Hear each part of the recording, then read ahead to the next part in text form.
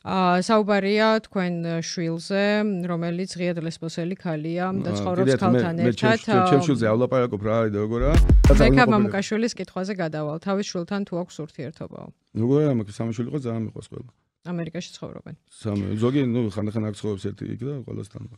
რატომ აღვივებს მისი არხი ბექასსავე კითხვა? მისი არხი თავისი შვილისნაირი ადამიანების მიმართ ზიზღს სვისი შვილებისგან არ მოსულა, მარტო მაგისიანებისგან მოსულაო და ეს მე მას მეკითხებიან, ამიტომ მაგას ვერ გიპასუხებ და მე ჩემ შვილებზე არ ვილაპარაკებ, მაგრამ არც არანაირი შვილების მიმართ ზიზღს ჩემი არხი არ აღვივებს. არ უნდა აღვივებს ეს, თუ აღვივებს მითხრეთ ას აღვივებს და გეტყვით.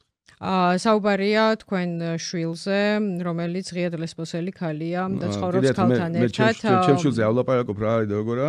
მე მყავს სამი შვილი, სამი ძალიან მიყვარს გენერალური ხალხი, ეს ანიშნავს მე და ჩემი შვილები ერთნაირად ვფიქრობთ ყველაფერზე და ხშირად მე რაღაცაზე ვკამათობთ. თუ გინდათ LGBT თემაზე ვილაპარაკოთ, მე ეგ თემა ნაკლებად მაწუხებს, მაგრამ საქართველოს მოსახლეობის ნაწილს აწუხებს და ამიტომ იმედი სამ თემას უყურებს. მე თუ მკითხავთ ჩვენთან საკმაოდ თავისუფალია ეს ყველაფერი და მაგალითად ბევრი შემიძლია ვილაპარაკო, რა ხდება არასოდეს რატო არის ბევრი ეს თემა გარედან მოხვეული და არა რეალურად შიგნიდან ამოსული პრობლემა. გარედან მოხვეული რა არის? ის რომ საქართველოში ლესბი, გეი და ტრანსი ადამიანები ბედნიერად ცხოვრობენ ესე კონია. გარედან მოხვეულია რომ ეს უნდა იყოს თემა აწეული და მე ძალიან მიხარია ტრამპის სიტყვაში. იმიტომ ლაპარაკობს იმედი რომ ეს არის აქტუალური თემა და ამიტომ ლაპარაკობს იმედი და ეს არის თემა რომელსაც ჩემგან განსხვავებით აი ძალიან მნიშვნელოვანი საქართველოს ძალიან დიდი ნაწილისთვის მოსახლეობის და იმ ხალხს პატივი უნდა ვცემთ, რომელთაც ძალიან მნიშვნელოვანია და თავზე მოხეული რატოა? იმიტომ რომ აი ეს პარადი, თქვა პრაიდი, რომელსაც ჩვენ სულ რაზეც იყო აქ მთელი ჩხუბები და უბედურებები, ხო, რატოა თავს მოხეული? იმიტომ იმის ისტორია უნდა ნახოთ როგორ დაიწყო ნიუ-იორკში. ისე რომ აქ დაიწყოს, მე ძალიან გამეხარდება. ნიუ-იორკში მოხდა ვიღაცები გალახეს, მე ამან რამდენიმე წელი ხალხმა იარა ილაპარაკა და მე თვითონ გადაწყვიტეს რომ მოდი ამის აღსანიშნავად რაღაცას გავაკეთებ. ნელ-ნელა 70-იან წლებში აკადემია არ გამოვადნენ საფრანგეთის ელჩი, არ გამოვადნენ ინგლისის ელჩი და ნიუ-იორკელებს არ ვთქვა, ეხლა თუ არ გამოხვალ დღეს და არ გამოვადნენ ვიღაცა. ჩვენ უნდა დავკავონ და ჩვენ ვისწავლოთ რაღაცა. როცა პრაიდი დაარბიეს, შეუდარებლად დიდმა ძალამ პოლიციამ არაფერი არ გააკეთა მოძალადეების შესაკავებლად. ისინი დღემდე ზიან, მე მგონი ციხეში თუ ოცდები. არა, 2014 წელზე გელაპარაკებით. და მე და აზიან ხალხი, მე ვიცი დღემდე ზიან. არა, არ ზიან. დაწუნებული ხარ? დაწუნებული. ერთ თქვენ ალბათ არ დაუჭერია? ალბათ თქვენ ალბათ 5 ივლისზე, თუმცა მე გეუბნებით 2014 წლის 17 მაისზე. არ ვიცი ხა ესე არ მოხდა. 5 ივლისის ხალხი გამოვიდა. რაღაცა თუმცა იქაც ორგანიზატორი არ იყო დაჭერილი. მე მეგეთუთ ერთ რაღაცას, მე ამერიკის ელჩს ვთხარი სხვა შოი წინას. არა, მე სხვა რაღაცის თქმა მინდოდა, ანუ მაშინ როცა საქართველოში დაარბიეს პრაიდი, სულ რამდენიმე ათეული ადამიანი, ათასობით ადამიანმა, ეს იყო შეუდარებლად დიდი ძალა და ელჩები იმიტომ გამოვიდნენ, რომ სახელმწიფოს არ უჩვენებია ეფექტური გამოძიება და საკმარისი ძალის ხმევა. ბოსტონში მე ჩემი ქალაქია და დიდი ხანი ცხოვრობდი 2018 წელს ბოსტონის სასამართლომ აუგზალა რაღაცა იმას ქვია LGBT თემს მონაწილეობას წმინდა პატრიკის მსვლელობაში, რომელიც არის მთელი ბოსტონიო იკეტება და მდინარე მწვანეთ იღებება და რაღაცა მდინარე შიკაგოში იღებება, ანუ დიდი ესე მსვლელობა და აუგზალეს მონაწილეობა, იმიტომ ეს ხო ქრისტიანული მსვლელობა. მე პოს წარმოვიდგენთ ამას კითხულობ, მე ამერიკის ელჩს ვუთხარი. მე თქვი წარმოვიდგინეთ, რომ ეს აქ რომ მომხდარიყო და რაღაცა მსვლელობაში აეგზალა სასამართლოს, აქ იქნებოდა ყველა საელჩო რა თქმა უნდა არავინ არ გამოსულა ბოსტონში, ინგლისის საელჩო არ გამოვადილა, ვაშინგტონი არ უყვირია რომ ეს როგორ გააკეთეს, როგორ გაბედ. აქ იქნებოდა კატასტროფა. იმიტომ რომ ამის ხდება აი ამ თემის, რომელიც რეალურად პრობლემა მე მგონი არა. ბოსტონსა და საქართველოს შორის ამ ადამიანების უფლებრივ მდგომარეობაში ალბათ განსხვავებას ხედავთ, ხო? მეცით რა არის, რომ მე შეიძლება რაღაც სული რაღაცები ხდება ამ თემის მიმართ და მე ბევრს ვიცნობ და მეგობრებიც ყავს და ამიტომ ჩემი გადასახადი არ ხდება. ეხლა გავიდე დაწუნებული ვარ, რა ქვია, მარცხენა სანაპიროზე 1 საათში დაიწყება, რა ქვია, რაღაცა დრაგ-კვინების პარტია რაღაცა. ხო? და არავინ იქ არ შეუვადება და არაფერი არ მოხდება. რაც უნდა ხალხმა ისაკეთოს. მაგრამ ეს საკუთარ სახლებში? რატო საკუთარ მე ვთქვი ბარში თქო, რა ქვია, ღამის კლუბში თქო.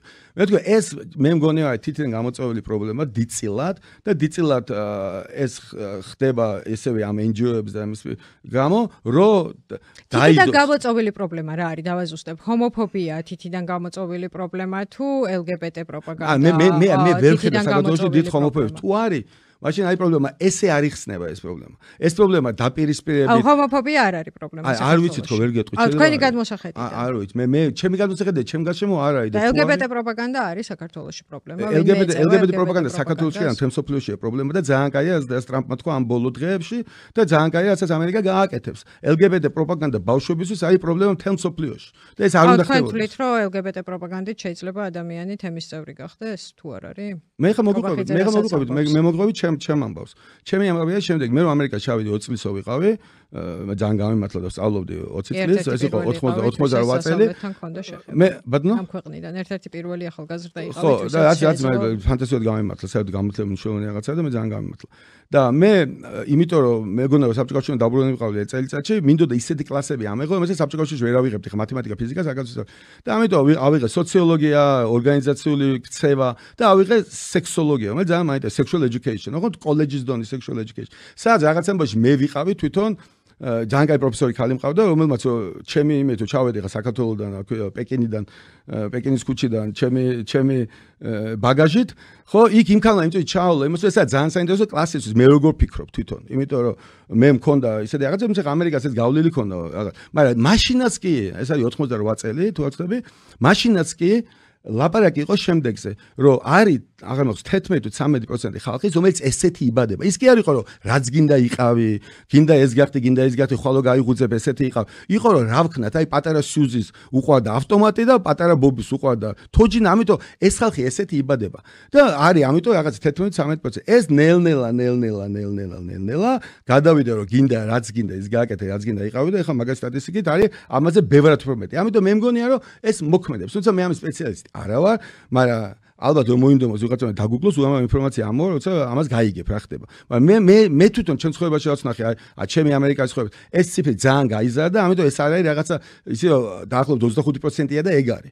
ანუ ეს ციფრი იზრდება იმიტომ, რომ რაც ნორმალური ადამიანებმა ისწავლეს ამას რა ქვია, მე მგონი, ამიტომ ისწავლება. ხალხს აქვს სხვა აზრი ამაზე. მე ეს არის მამების და შვილების პირად ამბავს შევეხო და არ კითხავდით თქვენს ქალიშვილზე გეტყვით იმ შემთხვევაში რომ ის არ იყოს ღიად ლესბოსელი ხალი.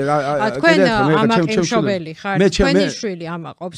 ჩემ შვილზე იმდენი ტყულმათალი წერება რომ მე 10 ამას გეტყვით, 10 იმას გეტყვით. ახლა ჩემი შვილი აიყვანეს თურმე და რაღაცა ხო ხო ქალთან ერთად ცხოვრობს ეს ხო კიდე ერთხელ მე ჩემ შვილზე ჩემ ოჯახზე არ ვილაპარაკებ. ეს არის სხვა თემა აბსოლუტურად. საქართველოს უნდა ეს არის მამების და შვილების ბრძოლის თემა, რომელსაც ბოლო-ბოლო ყოველთვის იგებენ შვილები, იმიტომ რომ მამები კვდებიან. მაგრამ საქართველოს ეს არის ძალიან მნიშვნელოვანი, ჩვენ ვართ ქრისტიანული ქვეყანა, ჩვენთან ყოველ შემთხვევაში ძალიან დიდი ნაწილი მოსახლეობის მიიჩნევს, რომ ის არის ქრისტიანი და ქრისტიანობაში ეს არ ჯდება. და ქრისტიანობა დოგმატური რაღაცა არის, ხო? აგ დოგმატური რა ამბობს. ქრისტიანობაში არც სახისრულების დალეწვა არ ჯდება პროტესტის გამო. გეთანხმებით რომ არ ჯდება და საშინელება მე ვთქვი რომ კაი იყოთ, ხო? მე უბრალოდ ვიძახი რომ ჩვენ ყველამ უნდა შევეცადოთ როგორც საზოგადოება რომ ეს რაღაცები ავიცილოთ თავიდან.